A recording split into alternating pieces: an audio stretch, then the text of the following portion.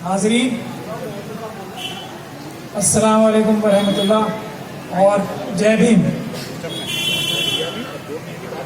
आखिर में बोलने का फ़ायदा होता है कि ज़्यादातर जो पॉइंट्स हैं वो मुझसे पहले जो बहुत ही विद्वान और समझदार बोलने वाले थे उन्होंने रख दिए।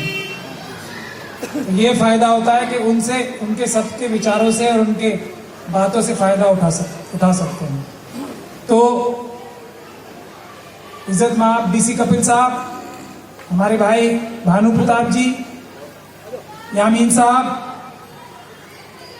हमारी छोटी बहन डॉक्टर रितु और यहाँ पर मौजूद तमाम भारत के असली देशभक्त साथियों, बहुत बहुत शुक्रिया। आज आप लोगों ने हमें यहाँ बुलाया और मौका दिया अपनी बात रखने का। बहुत ही कम लफ्जों में बात रखना चाहता हूँ और बहुत ही कम लफ्जों में आज जो हालात चल रहे हैं, हालात जो खराब, बद से बदतर होते जा रहे हैं, उसका सलूशन बताना चाह रहा हूँ आसान से आसान तरीके से। अगर आप लोग गौर फरमाएंगे तो फायदा बहुत जल्दी और बहुत ही अच्छी तरीके से होगा। हमारा देश जो भारत है वो अंग्रेजों के आने से पहले दुनिया का 25 से 27% सरमाया, जो वेल्थ थी दुनिया की, वो भारत के पास थी अंग्रेजों के आने से पहले। अंग्रेजों के जाने के टाइम और आज भी ज्यादा फर्क नहीं पड़ा है, 3% रह गई थी घट। आजादी के टाइम भी और आज भी कमोबेश वही हालत है, थोड़ी सी ज्यादा हुई है। तो हमारे मुल्क में इतनी ताकत है कि हर एक घर को खुशहाल बना सके। लेकिन अभी डॉक्टर रितु ने और भानु जी ने बताया, ये आपको आंकड़े बताए हैं कि भूख, सबसे ज्यादा भूखे लोग दुनिया में 121 मुल्कों की अभी एक सर्वे हुआ है। 121 सबसे नीचे जो सबसे ज्यादा भूखे देश जो थे उसमें से हमारा देश जो है 107वें नंबर पे आया है। मोदी जी के आने से पहले ये शायद लिस्ट 56वां नंबर था। तो मोदी जी ने 51 पायदान का तरक्की कराई है और वो कैसे कराई है? वो है अडानी साहब को नंबर 2 दुनिया का सबसे रईस इंसान बनवाकर। तो पैसा तो है, लेकिन मोदी साहब, आरएसएस और मनुवादियों की जेब में आपका पैसा लूट के डाला जा रहा है। पहले भी ऐसे ही होता था, लेकिन आज खुलेआम लूट हो रही है। पहले चोरी होती थी, आज लूट और डकैती के जरिए पैसा लूटा जा रहा है। आपका नोटबंदी के जरिए 25 लाख करोड़ से ज्यादा अपने इंडस्ट्रियलिस्ट दोस्तों को मोदी सरकार ने पिछले 4 साल में तो 12 लाख करोड़ और उससे पिछले सालों में 12 लाख करोड़ और जो आंकड़े, सरकारी आंकड़े, 25 लाख करोड़ बैंकों ने माफ कर दिया। मतलब बैंकों का पैसा चुरा के मोदी साहब के और मनुवादियों के, आरएसएस के दोस्त भाग गए। ये है इस देश की सच्चाई। हमारे मुल्क में जो दो तीन कम्युनिटीज ऐसी हैं जो सबसे ज्यादा पिछड़ी हुई हैं। हालांकि शेड्यूल कास्ट, शेड्यूल ट्राइब और ओबीसी और माइनॉरिटी सभी मनुवादी मानसिकता के लोगों की, सब में उनके जुल्म से परेशान है, उनकी हकमारी हो रही है, इसमें कोई शक और शुबे की गुंजाइश नहीं है। लेकिन शेड्यूल कास्ट, शेड्यूल ट्राइब और जो माइनॉरिटीज हैं, खासतौर पे मुस्लिम समाज माइनॉरिटीज में और बौद्ध समाज के लोग, इनके साथ सबसे ज्यादा हकमारी हो रही है। और ये अपने आप में ही मिलाकर सिर्फ शेड्यूल कास्ट, शेड्यूल ट्राइब और माइनॉरिटीज मिला ले सिर्फ हम, तो 46% होते हैं। ओबीसी वाले के लोग जो हैं, जो हमारे बड़े भाई हैं, वो दूसरे 40% या 42%। लेकिन यह 46% क्या कम छोटी संख्या है? तो ये समझने की बात है। दूसरा, भानु जी ने और दूसरे लोगों ने बता दिया, जो भी है इस देश में कोई बिजली माफ कर रहा है, कोई 5 किलो अनाज दे रहा है। इस मुल्क में 80 करोड़ लोगों को इस हालत में पहुंचा दिया कि 5 करोड़ 5 किलो अनाज का मोहताज बना दिया। इसके लिए मोदी सरकार अपने लिए तालियां बजवाती है, अपनी बहुत तारीफ करती है इस बात की। ये नहीं कहती कि जो लोग खुशहाल थे 80 करोड़ लोगों को हमने गरीब नहीं भिखमंगा बना दिया, अनाज की भीख देने के लिए मजबूर होना पड़ रहा है 80 करोड़ लोगों को। ये मोदी सरकार की खासियत है। सोल्यूशन कहां से होगा? सोल्यूशन शुरुआत मेरा ऐसा मानना है 46% को करनी पड़ेगी कि ये सबसे ज्यादा परेशान, सबसे ज्यादा दुखी, इनको तलवार लेके काटा जा रहा है। ओबीसी के जो हमारे साथी हैं उनको उनका खून जो है इंजेक्शन से निकाल रहे हैं, धीरे धीरे कर निकल उनका भी सारा खून रहा है। किडनी, हार्ट, लिवर उनका भी निकाला जाएगा, लेकिन धीरे धीरे कर। लेकिन हम जो लोगों का शेड्यूल कास्ट, शेड्यूल ट्राइब और माइनॉरिटीज का तो खुलेआम तलवार लेके निकाला जाएगा। तो हम लोगों को नजर आने वाला दर्द थोड़ा ज्यादा हो रहा है, तो हम ही लोग इकट्ठे हो जाए। अगर हम लोग इकट्ठे हो गए तो आराम से ओबीसी समाज भी हम लोगों के साथ आएगा, क्योंकि हम उन्हें अपना बड़ा भाई मानते हैं और वहां उनकी जो स्थिति है मुझसे ज्यादा अच्छी तरीके से भानु जी आपको बताते ही रहते हैं। तो 2 चीजें हैं अहम, लेकिन उन अहम चीजों को बताने से पहले मुझे खुशी है कि डीसी कपिल साहब ने हम लोगों की कुर्बानियां आपको बता के कम से कम आपसे ये हाथ तो उठवाए कि क्या हमारी कुर्बानियों से आप लोगों को इतना एतमाद, इतना विश्वास हम लोगों पे है कि हमारे साथ सड़क पे रह के पुलिस की लाठियां तो खाने के लिए तैयार हो ही आप? क्या हमारे कहने से जो सबसे आसान काम है, वोट देने का काम सबसे आसान है ना, देते ही हो आप, वो क्या हम लोगों की कुर्बानियां जो हम जान हथेली पे लेकर, भानु जी, रितु जी, डीसी कपिल साहब, ये जितने लोग बैठे हैं, जो हमारी टीम के लोग, वो लोग अपनी जान हथेली पे लेके लड़ाई लड़ रहे हैं इंसाफ और बराबरी की। तो क्या उन लोगों के कहने पर आप लोग वोट दे सकते हो या नहीं? ये बहुत ही अहम सवाल है और इससे बहुत अहम फायदा होने जा रहा है अगर इस चीज के लिए एक आपका दिमाग बने, मन बने। और हम क्यों कह रहे हैं कि हम लोगों की बात सुनी जाए? उसका भी रीजन, क्योंकि बगैर लॉजिक के किसी की कोई बात नहीं माननी चाहिए। अभी भानु जी ने जो आखिर में बात कही थी कि मुस्लिम समाज, खास तौर पे मैं एक ही समाज की बात कर रहा हूं, इसी तरीके से ट्रैप में लेके शेड्यूल कास्ट, शेड्यूल ट्राइब से भी वोट दिलाए जाते हैं, लेकिन उनके लिए धोखा दूसरा है, हमारे लिए धोखा दूसरा। तो अगर हम मुस्लिम समाज की बात करता हूं, यह तय कर लें कि हम एक अच्छे कैंडिडेट को जिताएंगे जो कि भारतीय जनता पार्टी और मनुवादी मानसिकता आरएसएस का नहीं है, तो हम लोग जिताने की ताकत में तो है ना बहुत सारी सीटें इस मुल्क में। सिर्फ मुसलमानों की बात कर रहा हूं, है कि नहीं है? तो अगर हम अपना आदमी जो, और अपने आदमी से मतलब ये नहीं कि मुस्लिम कम्युनिटी का होना चाहिए, अपना आदमी हम जिताएंगे तो बीजेपी का तो ऑटोमेटिकली हार जाएगा। तो एक पंथ दो काज। लेकिन ये अपना आदमी कौन है, ये कैसे पता लगेगा? ये सवाल है और ये बहुत ही जायज सवाल है। और इसी कंफ्यूजन में हम लोग वोट देते हैं पब्लिसिटी से, ड्रामेबाजी की वजह से। जो सबसे अच्छा नाटक कर लेता है, जो सबसे अच्छे आंसू बहा लेता है, या जो सबसे ज्यादा सरकारी होने के बावजूद भी अपने आप को वफादार बताता है जनता का और भारत के संविधान का, यही हो रहा है ना, उसको वोट दे देते हैं।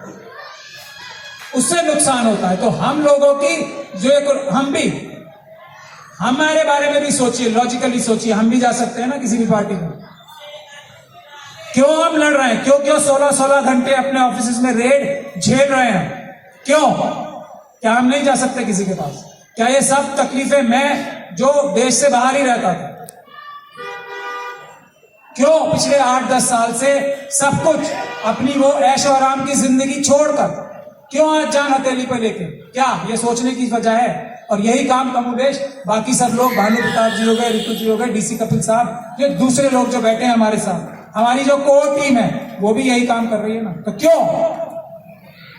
इंसाफ की खातिर, बराबरी की खातिर, भारत के संविधान को बचाने की खातिर अपनी हम लग्जूरियस लाइफ, अपनी ऐशो आराम छोड़कर जो मैदान में गोली खाने के लिए, लाठी खाने के लिए, जेल जाने के लिए तैयार हैं, तो क्या हम लोग आपको धोखा देंगे? इसके इम्कानात बाकी लोगों से, जो बड़े बड़े, जो यहां से लेके यहां पहुंचे, जो छोटी गाड़ियों से लेके बड़ी बड़ी गाड़ियों में आज घूम रहे हैं, अरविंद केजरीवाल जी, हम लोग बड़ी बड़ी गाड़ियां छोड़ के छोटी गाड़ियां और मेट्रो में चल रहे हैं। तो क्या ये सबूत काफी है हम लोगों पे यकीन करने का? है या नहीं है? बताइए, है? क्या ये सबूत काफी है कि हम मनुवादी मानसिकता से नहीं आते? एक ये भी बड़ी वजह है। तय कीजिए, जो मनुवादी मानसिकता से आता है वो ईमानदार होने के उसके चांस 0.00001% है। ये तो सीधी बात है ना। वो तो धोखा ही देगा, बिजली फ्री दूंगा, पानी फ्री दूंगा, जेब से दूंगा, सिक्योरिटी नहीं लूंगा, वैगनार थी ना एक टूटी फूटी, उसमें चलूंगा, हवाई जहाज प्राइवेट प्लेन में जाऊंगा अभी गुजरात में और 3 व्हीलर से चलूंगा। और ऐसा ही ड्रामा चाय बेचने वाले कर रहे हैं। ये ड्रामा क्यों हो रहा है? क्योंकि ये मनुवादी मानसिकता से आने वाले लोग हैं। अगर कोई मनुवादी मानसिकता का नहीं होगा तो उसके ईमानदार होने के चांस बहुत ज्यादा है, 90% से ज्यादा ईमानदार होने के चांस हैं। तो लाइन खींच के काम कीजिए। हम लोग मनुवादी मानसिकता के नहीं है, एक बात। दूसरा, हमने अपनी कुर्बानियों से, अपने बलिदानों से क्या यह साबित किया है या नहीं कि हम आप लोगों को गुमराह नहीं करेंगे। हम आप लोगों को बताएंगे कि वोट देने से, किस कैंडिडेट को वोट देने से फायदा हो सकता है, किस कैंडिडेट को जिताने से फायदा हो सकता है। इसलिए हम लोगों ने ये तजवीज बहुत सोच के रखी है, जिसके लिए आपने आज सभी लोगों ने हाथ उठा के उसका समर्थन किया। इसके लिए मुझे, और ये मुहिम अगर चल गई तो आप समझ लीजिए 90% तो कम से कम आपकी परेशानियों का हल हो जाएगा। क्योंकि कंफ्यूजन में ही ये लोग फायदा उठाते हैं। पता ही नहीं, आम आदमी को क्या पता कि किसको वोट देना है, ये बात सही है या नहीं है। ये तो पता होता है कि ये आदमी हमें तंग कर रहा है, ये नहीं पता होता कि कौन आदमी कल हमारा साथ देगा ईमानदारी के साथ। उसके लिए क्या आप किसी ऐसी तंजीम पे भरोसा करने की जरूरत समझते हैं या नहीं, जो आपको बताए? एक आदमी हो, तंजीम हो, इदारा हो, वो आपको बताए कि हमने रिसर्च की है। हर चीज के लिए एक्सपर्ट्स होते हैं ना। आज आप कोई भी काम करने जाते हैं, डॉक्टर होता है, डॉक्टर के पास वकील होता है, वकील के पास एक्सपर्ट के पास जाते हैं ना, समझने के लिए बातें। तो इसीलिए जो सबसे अहम काम है वोट देने का,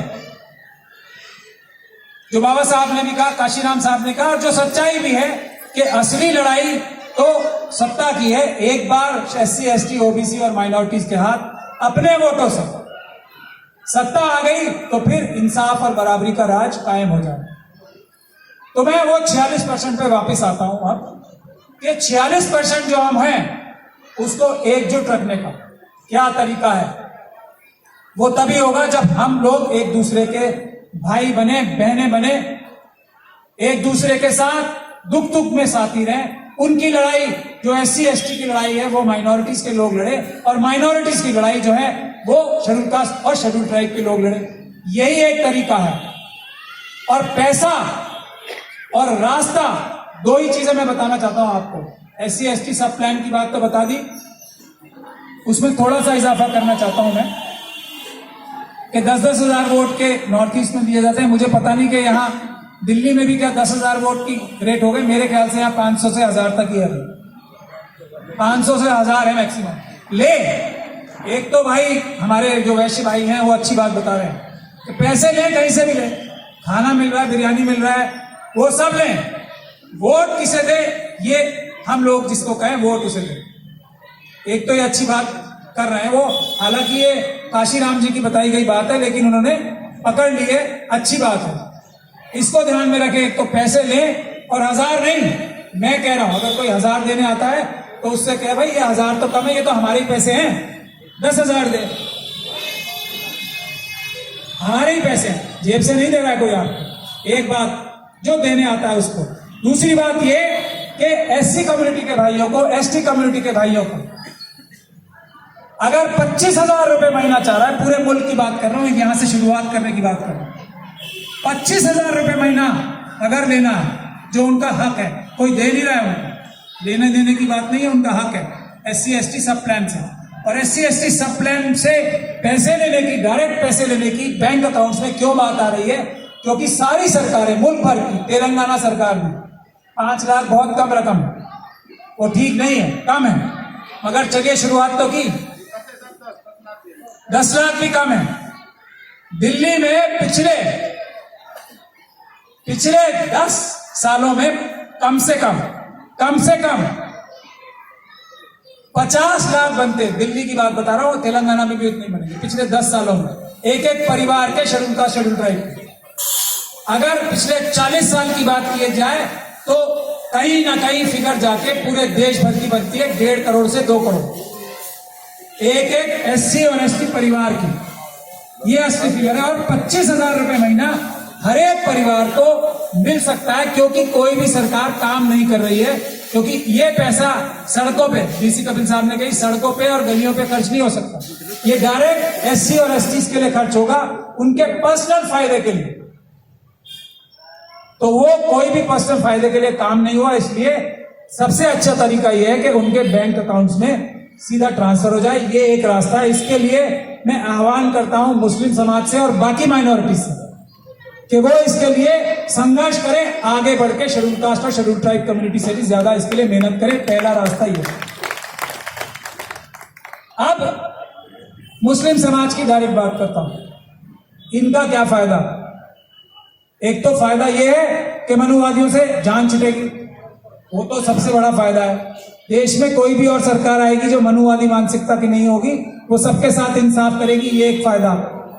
दूसरा फायदा यह है कि शेड्यूल कास्ट और शेड्यूल ट्राइब कम्युनिटी को ये मैं रिक्वेस्ट करूंगा कि मुस्लिम समाज के पास, खासतौर पर दूसरी माइनॉरिटीज के पास भी इस तरह के इदारे हैं, हमारे पास वक्फ का एक ऐसा इदारा है जो कमोपेश इतना ही फायदा जो शेड्यूल कास्ट और शेड्यूल ट्राइब कम्युनिटी को हो रहा है, अगर हम ईमानदारी से वक्फ का जो हालात हैं वो सुधार लें, वक्फ की प्रॉपर्टीज वो सुधार लें, तो सरकारी जमीन है, जो सरकारी दफ्तर बने हुए ना मुल्क भर में, उसकी जो लीज बनी आएगी कानूनन हिसाब से, तो उतना ही पैसा 25,000 रुपए डीसी कपिल साहब, हर एक मुस्लिम परिवार को वक्फ की प्रॉपर्टीज जो सरकारी कब्जे में है, जिनके ऊपर सरकारी बिल्डिंगें बनी हुई हैं, वो पैसा हमारे पास भी उपलब्ध है, मौजूद है। अगर ये 46% ही एक हो जाए हम, तो एक दूसरे के ऊपर, इसके लिए मैं गुजारिश करता हूं कि शेड्यूल कास्ट और शेड्यूल ट्राइब कम्युनिटी के भानु जी, मैं यही रिक्वेस्ट कर रहा हूं रितु जी, वक्फ की लड़ाई लड़ने में हमारे शेड्यूल कास्ट और शेड्यूल ट्राइब कम्युनिटी के वकील भी और दूसरे लोग उसमें आगे रहें। हम लोग एससी एसटी सब प्लान के लिए जान हथेली पर लेके लड़ाई लड़ेंगे। ये इस 46%, इस देश की 46% जनता के पास, हर एक परिवार के पास उनका अपना पैसा 25,000 रुपए से शुरुआत होगी। अगर और उसमें बढ़ोतरी की जाएगी तो और बढ़ोतरी हो सकती है। और ये सभी पैसा, ये बात सही है, बिजली फ्री मिल रही है, अडानी पैसा कौन सा खा रहा है? 25 लाख करोड़ कौन से गए? हमारे, आपके और हमारे ही पैसे गए। ये वो पैसा है जो भारत के पास 25 से 27% अंग्रेजों के आने से पहले दुनिया भर की वेल्थ थी। आज भी वो वेल्थ है, लेकिन कुछ लोगों को चुरा के, डकैती मार के दे दी गई।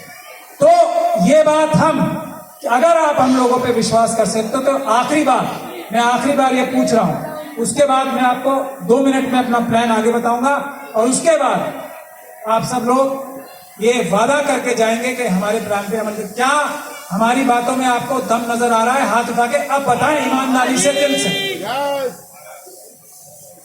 क्या आप लोग हमारी बात सड़क पे आके लाठी तो खाने के लिए भी कहेंगे आपसे? ये तो सबसे आसान काम है। क्या इस बारे में हमारी बात दिल से सुन सकते हो, मान सकते हो, हाँ या ना? अब अगर आप दिल से कन्विंस्ड हो, तो क्या हर एक आदमी की यह जिम्मेदारी नहीं है अपने गली मोहल्ले पड़ोस में इस बात के लिए लोगों को कन्विंस करे कि ये ऐसे लोग हैं जो अपनी जान हथेली पे लेके चल रहे हैं, इनके कहने से वोट देने का कार्रवाई हमको शुरू करनी चाहिए। इनका कोई लालच नहीं, सब लालच छोड़ के हम लोग आए हैं, तो इसके लिए आपको कन्विंस भी करना है सबको। इसके लिए भी एक बार हाँ कर दीजिए जोर से। तो अब अगर ये हो गया तो इस काम पे हाथ लगिए, ये यहाँ पे शुरुआत है ऐसी हम। और एक छोटा सा जो चुनाव हो रहा है, हम आपको एक और चीज कहना चाहते हैं कि जो SC ST OBC और माइनॉरिटीज के लॉयर्स हैं, आपको किसी MP MLA की जरूरत नहीं है। वैसे भी कौन क्या कर रहा है आपको, किसी भी MP MLA ने कोई काम नहीं किया। मैं ये पूरे जिम्मेदारी के साथ दावे के साथ कह रहा हूं, ईमानदारी से, किसी MP MLA ने इसने आज तक काम ही नहीं किया। और क्या हिफाजत हो गई मुस्लिम समाज की, बीजेपी को हरा लिया ना, क्या हिफाजत हो गई? वही दिल्ली दंगे, वही लूट खसोट, वही सब चीजों में लूटामारी चल रही है रोज आपके यहाँ सुंदर नगरी में भी।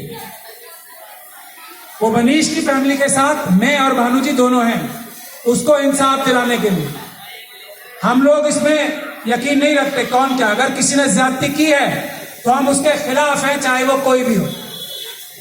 ये हम अपने आप करेंगे, हमें किसी की जरूरत नहीं है। किसी जो प्रवेश वर्मा आए थे उसकी जरूरत नहीं है, वो तो राजनीति करने आए, लड़वाने आए। हम गारंटी लेते हैं कि मनीष की फैमिली के लिए हम लड़ेंगे और सजा दिलाने का काम अपनी पूरी ताकत से करेंगे उन लोगों को जिन्होंने मनीष की हत्या की।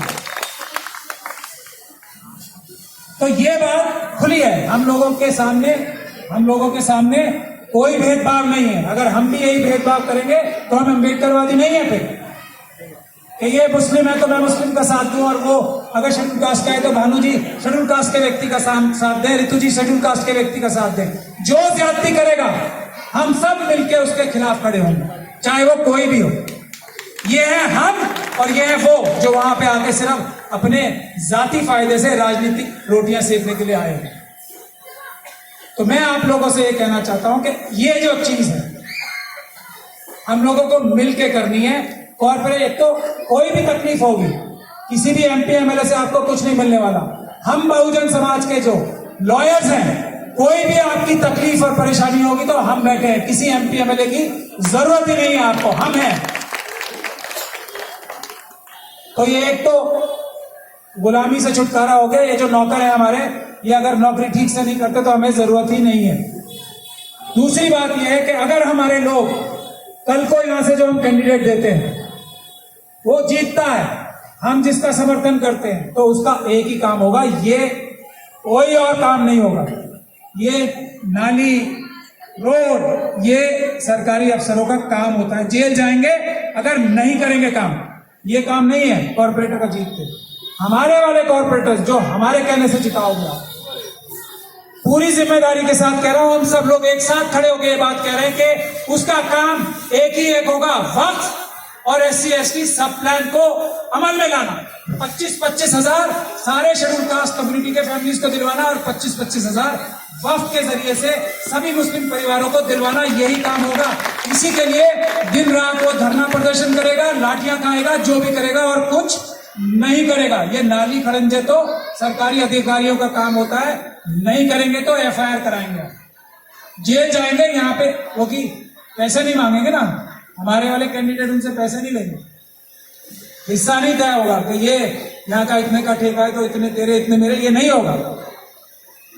वो वहां पे प्रदर्शन करेंगे 25,000 का, 25,000 महीना, और जो भी शेड्यूल कास्ट और शेड्यूल ट्राइब कम्युनिटी के लिए जो भी 50 लाख के करीब आता है, जो पिछले 10-12 साल का, वो दिलवाने का। क्यों कपिल साहब ऐसा ही करेंगे हमारे कैंडिडेट, या कोई और भी काम करेंगे? यही करेंगे, सिर्फ यही काम करेंगे, और वो दिलवा के ही मानेंगे। नहीं तो दिल्ली में चक्का जाम, कोई काम नहीं होगा। चक्का जाम वाले भी बैठे हैं, हाँ वो ट्रांसपोर्टर्स भी बैठे हैं, वो भी साथ देंगे। श्याम सुंदर जी बैठे हैं, सारे चक्के जाम होंगे। खुलेआम ऐलान कर रहा हूं, अगर SC ST सब प्लान पे अमल नहीं हुआ, हमारे जीते हुए कैंडिडेट्स का एक ही काम होगा कि वो SC ST सब प्लान के 50 लाख रुपए दिलवाएं और 25,000 रुपए महीना दिलवाएं। उसके लिए हमने पिटीशन भी डाल रखी है। ये झाड़ू का सिंबल लिए हुए जो केजरीवाल सरकार है हाई कोर्ट में जवाब फाइल नहीं कर रही है, नवंबर में डेट आने वाली है। ये है बेईमानी की इंतहा, क्योंकि जवाब है ही नहीं। चुराए हैं पैसे, फ्री बिजली हमारे पैसे से दिए, सब कुछ जितनी भी ये फ्री काम हो रहे हैं, और अपने जो पॉलिटिकल साथी हैं इनके, उनको सबके सब कैसे थे और कैसे नजर आ रहे हैं आजकल, देख रहे हैं ना आप सब, कैसे चमक रहे हैं चेहरे सबके, क्या बढ़िया बढ़िया कपड़े पहन रखे हैं, मोदी जी जैसे ही। जितने सुंदर मोदी जी लगते हैं अब, पहले कैसे लगते थे, उतने ही केजरीवाल जी और उनके साथी भी लगने लगे हैं। ये कौन सा ऐसा वो आ गया उनमें, सुंदरता का कौन सा गुण आ गया? ये वही गुण है जो बेईमानी के पैसे से आ रहे हैं, शक्ल से नजर आ रहे हैं, केजरीवाल जी की और मोदी जी की। मोदी जी की तो वीडियो भी वायरल हो चुकी है कि कैसे उन्हें सजाया जाता है 1-1 घंटे लग के। अभी केजरीवाल जी का भी नया लुक देखा ना आपने, ये जो बाल ऐसे हो गए उनके, एक बीच में चोंच सी नजर आती है, बहुत ही ज्यादा महंगा प्रक्रिया की है उन्होंने, और रोज 1 से 1.5 घंटा मुझे पूरा उम्मीद है लगती होगी उन्हें ये अपने बाल संवारने में। तो ये पहले ऐसे बाल थे, बताइए आप हंस रहे हैं, ऐसे बाल थे उनके, है ना, एकदम जेल वेल लगा के एकदम फिट। तो ये इस तरह के धोखेबाज मक्कार लोग हैं। और मोदी जी की तो वीडियो सबने देखी नहीं, कैसे 10-10 लोग खड़े होकर उनको सजाते संवारते हैं। तो धोखे में नहीं आना है। टीवी और ये जो पब्लिसिटी होती है इसको देखना ही बंद कर दें। अब तो ये मोदी जी भी फिर पैसे खर्च करना बंद कर देंगे अगर आप लोग देखना बंद कर देंगे। केजरीवाल जी भी पैसे खर्च करना बंद कर देंगे अगर आप देखना बंद कर देंगे। हमारे लोग ही बाइकआउट कर दें टीवी का, और ये जो अखबार हैं जो ये झूठी खबरें छापते हैं, तो वैसे ही ये अटेंशन हो जाएंगे, क्योंकि इनकी टीआरपी इतनी खत्म हो जाएगी, ये अपने आप ही सीधे हो जाएंगे। तो इन्हीं लफ्जों के साथ मैं आपका बहुत बहुत शुक्रिया अदा करता हूं। ये जो हमारा प्रोग्राम है इसको जारी रखें।